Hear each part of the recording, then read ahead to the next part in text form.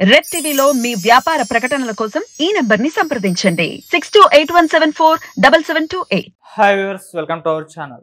Phone tapping వ్యవహారం తెలంగాణలో ఎటువంటి సంచలనం క్రియేట్ చేసిందో మనందరికీ తెలిసిందే. ఇప్పుడు అదే వ్యవహారం ఏపీలో కూడా ఉంటుంది, జరిగింది అని కూడా కొంతమంది అభిప్రాయపడుతున్నారు. కొన్ని న్యూస్లు రావడం చూస్తున్నాం. అయితే చంద్రబాబు గారు అండ్ పవన్ కళ్యాణ్ గారి ఫోన్లు ట్యాపులు చేశారు, వాళ్ళ అన్ని కూడా ఆడియో లీక్ అయ్యాయి అంటున్నారు. అసలు ఎవరు చేశారు, ఎందుకు చేశారు, మరి ఇది ఎలా ఉండబోతుంది? సో ఇదే అంశం మీద డిస్కస్ చేయడానికి ప్రజెంట్ మనతో పాటు సీనియర్ జర్నలిస్ట్ జయదేవ్ గారు ఉన్నారు. వాటితో డిస్కస్ చేద్దాం. సో నమస్కారం సార్. సార్, వైసీపీ ప్రభుత్వం ఫోన్ ట్యాపింగ్ చేసింది. చంద్రబాబు గారు అండ్ పవన్ కళ్యాణ్ వీళ్ళ ఫోన్లో ఆడియోలు అన్నీ కూడా వీళ్ళ దగ్గర ఉన్నాయని చెప్పేసి కొన్ని న్యూస్ ఆర్టికల్స్ రావడం చూస్తున్నాం. మరి దీంట్లో నిజం ఎంత ఉందంటారు? మరి నిజంగా చేశారా? మేబీ ఛాన్స్ ఉండొచ్చండి. ఎందుకంటే రీసెంట్గానే మనకి తెలంగాణలో కూడా ఒక ఇన్స్పెక్టరు ఫోన్ ట్యాపింగ్ కోసం సాయపడ్డారని, లేదంటే ప్రభుత్వం వైపు కుమ్ము కాసేలా ఉన్నారని కూడా చాలా వస్తున్నాయి. ఆయనకి ఇన్వెస్టిగేషన్ నడుస్తుంది. ప్రణీత్ రావు గారికి సంబంధించి అవును, ఈ మధ్యన అంత హాట్ టాపిక్ కదా. ఎవరెవరు కాంగ్రెస్లో ఎవరెవరు ఏం మాట్లాడారు అవన్నీ కూడా బీఆర్ఎస్ వాళ్ళు విన్నారు అన్నట్టుగా కూడా వార్తలు వస్తున్నాయి. మేబీ అంటే యాక్చువల్గా దీనికి ఒక రూల్ ఉందండి నాకు తెలిసిన వరకు. ఇప్పుడు డిపార్ట్మెంట్ ఆఫ్ టెలికామ్ అనేది ఉంటుంది. అదేంటంటే under TRAI, telecom regulatory authority of India కింద ఉంటుంది. అందులో చాలా వింగ్స్ ఉంటాయి. మొబిలిటీ, ఇంటర్నెట్, ఇవన్నీ కూడా ట్రాయ్ అండర్లో పరిధిలోకి వస్తాయి. సో ఆ సంబంధించి ఒకసారి ఇలాగే నేను ఒక అధికారిని కలిసినప్పుడు బిఎస్ఎన్ఎల్ ఆఫీస్లో సెక్యూరిటీ వింగ్ అని ఒకటి ఉంటుంది బిఎస్ఎన్ఎల్ రిలేటెడ్గా. ఆ సెక్యూరిటీ వింగ్ ఏంటంటే ఈ ఫోన్ ట్యాపింగ్ ఇవన్నీ కూడా నిషిద్ధం, ఎవరివి చేయరు. ఒకవేళ ప్రభుత్వం ఆదేశిస్తే డీజీపీ స్థాయి వ్యక్తి సంతకం ఉంటే కానీ ఆ ట్యాపింగ్ వివరాలు రికార్డ్ తీయలేమంట. మరి నాకు అప్పటి నుంచి అది డౌట్ కొడుతుంది. ప్రణీత్ రావు గారిని ఎంక్వైరీ చేస్తున్నారు, ఆయన అన్నీ స్మాష్ చేసేశారు, దొరకకుండా చేశారు అన్నట్టు కూడా వార్తలు వస్తున్నాయి. మరి అంటే వాళ్ళకి తెలియదని కాదు, మరి వాళ్ళు ఏ స్థాయిలో ఇన్వెస్టిగేట్ చేశారు ఏంటి అనేది కూడా నాకు డౌట్. నాకు ఎంతవరకు ఎవరైనా క్లారిఫై చేయలేదు. నేను కూడా ట్రై చేస్తున్నాను ఎవరు దీని వైపు చెప్తారంటే. అంటే నాకు ఒక అధికారి చెప్పిన విషయం ఏంటంటే, ఆయన టెలికాం సంబంధించిన ఒక మంచి పొజిషన్ ఉన్న వ్యక్తే. దాన్ని ఏమంటారంటే టర్మ్ సెల్ అంటారు. టర్మ్ సెల్కి సంబంధించిన ఒక అధికారి అనమాట. అందులో మళ్ళీ ఇంటర్నెట్కి ఒకరు, మొబిలిటీకి ఒకరు, సెక్యూరిటీ వింగ్ ఒకరు ఉంటారు. ఆ సెక్యూరిటీ వింగ్ సంబంధించిన అధికారి ఆయన చెప్పింది ఏంటంటే, ఒక డీజీపీ స్థాయి వ్యక్తి మాకు సైన్ చేసి ఇస్తేనే అప్పుడు మేము ఈ ట్యాపింగ్ రికార్డ్ చేస్తాము, లేకపోతే రికార్డ్ చేసిన విషయాలు బయటకు ఇస్తాము, లేకపోతే ఇవ్వమని చెప్పారు. మేము మరి ఇందులో డీజీపీ స్థాయి వ్యక్తులు కూడా ఇన్వాల్వ్ అయ్యారేమో తెలియదు. ఎందుకంటే గవర్నమెంట్ ప్రభుత్వం తలుచుకుంటే ఏముందండి, రాజు తలుచుకుంటే కొరడా దెబ్బలు కొదవా అన్న సామెత అన్నట్టుగా మేబీ చేశారేమో. అంటే ఏం మాట్లాడుకుంటున్నారు, వాళ్ళ వ్యూహాలు ఏంటి ముందుగానే పసిగట్టు. అందుకే చాలామంది మీరు అబ్జర్వ్ చేయండి, పెద్ద పెద్ద వాళ్ళ వ్యక్తుల్లో నేను కూడా మొన్న ఎక్కడో ఒక వెబ్ సిరీస్ చూశాను. హైర్ అఫీషియల్స్ మాట్లాడుకుంటున్నప్పుడు ఫస్ట్ ఫోన్లు అన్నీ తీసి అక్కడ దాన్ని ఏమంటారు, బౌన్సర్స్ ఉంటారు కదా, ఆ బౌన్సర్స్ ట్రే పట్టుకుంటే ట్రేలో పెడతారు, ఫోన్ పెట్టి వీళ్ళు లోపలికి వెళ్తారు. ఆ సమావేశానికి ఏమీ ఉండకూడదు.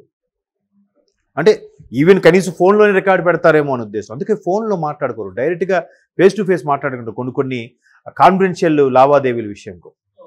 సో అట్లా కాన్ఫిడెన్షియల్గా మాట్లాడుకోవడానికి ఇష్టపడతారు ఎవరైనా. అప్పటికీ కొన్నిసార్లు ఇప్పుడు మీటింగ్ అయ్యింది, వెళ్ళిపోయిన తర్వాత కూడా సార్ ఇందాక మనం మీటింగ్లో చిన్న పాయింట్ మర్చిపోయాను, దీని గురించి కూడా మనం ఒకసారి ఆలోచించాలి, లేదంటే ఇంప్లిమెంట్ చేయాలని అన్నారనుకోండి, ఇంకా అది ట్యాపింగ్ చేస్తే ఏమవుద్ది, ఓహో వీళ్ళెంతసేపు మీటింగ్లో మాట్లాడింది ఇదా, దీని గురించా, సో వీళ్ళు ఇలా ప్లాన్ చేస్తున్నారు కాబట్టి దీనికి ఎత్తుకు పై ఎత్తు ఏమయ్యాలి అని ముందే ప్రభుత్వ వర్గం వాళ్ళు ఒక ఇది చేసుకుంటారు. కానీ అది చాలా తప్పదు, అలా తప్పదు. ఎందుకంటే జుకర్బర్గ్ ఎవరు, ఫేస్బుక్ వ్యవస్థాపకుడు, ఆయన ఎంత ఇంప్రెషన్ ఉండేది ఆయన మీద, అబ్బా ఒక కొత్త రకం సోషల్ మీడియాలో ఒకటి కొత్త పొంతలు తొక్కించాడులే అనుకున్న వ్యక్తిని ఆయన డేటాను అమ్ముకుంటున్నాడు అని తెలిసేసరికి ఎంత ఇంప్రెషన్ పోయింది మీకు ఐడియా ఉందా? న్యూయార్క్లోనే ఎక్కడో ఆయనకి ఎంతో పనిష్మెంట్గా ఎన్నో డాలర్లు కూడా వేసింది ఆయనకి. అది ఎంత అవమానకరంగా నిజంగా ఫీల్ అయ్యేవాడైతే, ఆత్మాభిమానంతో ఫీల్ అయ్యేడైతే ఒక కోర్టు మొట్టికాయలు పెడితే అవమానకరమే. బట్ మన వాళ్ళకి అవేం ఉండవు కదా, రాజకీయం అవేవి ఉండవు, పట్టించుకోరు కాబట్టి ఏం పర్లేదు. జుకర్బర్గ్ ఆ విషయంలో అంతే. ఇప్పుడు ఎంత డేటా అమ్మారంటే, ఇప్పుడు మీరున్నారు, ఫేస్బుక్ ఓపెన్ చేస్తున్నారు, లేదంటే మీ తెలుగు ప్రాంతం వాళ్ళు ఓపెన్ చేయాలి. తెలుగు ప్రాంతం వాళ్ళు ఏం చూస్తున్నారు ఎక్కువ? వీళ్ళు సినిమాలు, ఐపీఎల్, నెక్స్ట్ వంటల గురించి చూస్తున్నారు వీళ్ళు. సో ఆ పరిధిలో వంటలకి లేదా సినిమాలకు సంబంధించి బిజినెస్ సేవలను చేసుకుంటే, యాడ్లు ఇచ్చుకుంటే వాళ్ళకి రెవెన్యూ పెరుగుతుంది అని ఫేస్బుక్ వాళ్ళు ఆయా కన్సర్న్ బిజినెస్ వాళ్ళకి సజెషన్ ఇచ్చారంట. ఎన్నో లక్షల రూపాయలు తీసుకొని. మనం సింపుల్గా ఫేస్బుక్ డేటా ఏముంటుందిరా, ఏముంది, ఏం తీసుకుంటారా అంటే దాని ఇన్నర్ మీనింగ్ ఇది. చూడండి అసలు వీళ్ళకి ఏంట్రా ఇన్కమ్ సోర్స్ ఓన్లీ యాడ్సేనా? యాడ్స్తోనే ఇంత బాగా ఎస్టాబ్లిష్ అయిపోతారా? ఇన్ని లక్షలు కోట్లు జీతాలు ఉంటాయా అనిపించేది. దాని అర్థం ఇదంట.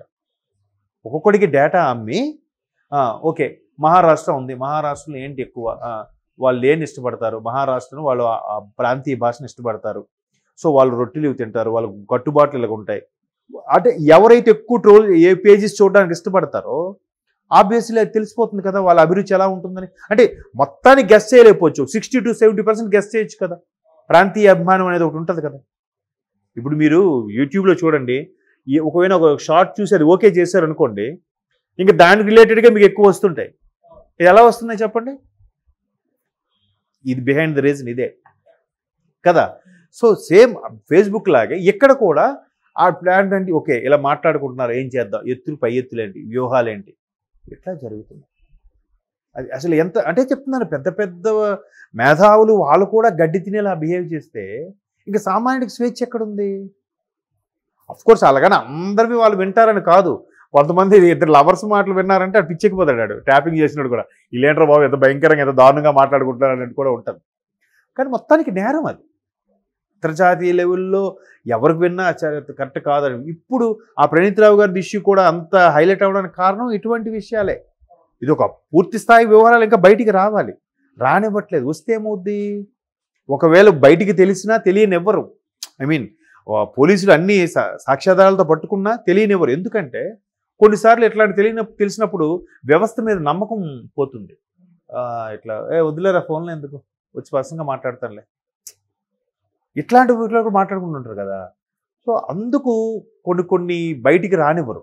బట్ ఇన్వెస్టిగేషన్ అయితే జరుగుతుంది, చూద్దాం. మేబీ ప్రభుత్వం వాళ్ళ చేతిలో ఉంది కాబట్టి ఎన్నో చేశారు వైసీపీ వాళ్ళు, ఎన్నో మరి ఇంక చెప్పలే, ఎన్నో దగ్గర డాష్ డాష్ డాష్ పెట్టుకోవడం మీ ఇష్టం, రాసుకోండి. ఇది పెద్ద సమస్య, ఇది పెద్ద టాలెంట్ కాదు. అది ఈజీగా సెకండ్ మీద తెప్పించుకుంటారు, చేపించుకుని ఉండొచ్చు కూడా.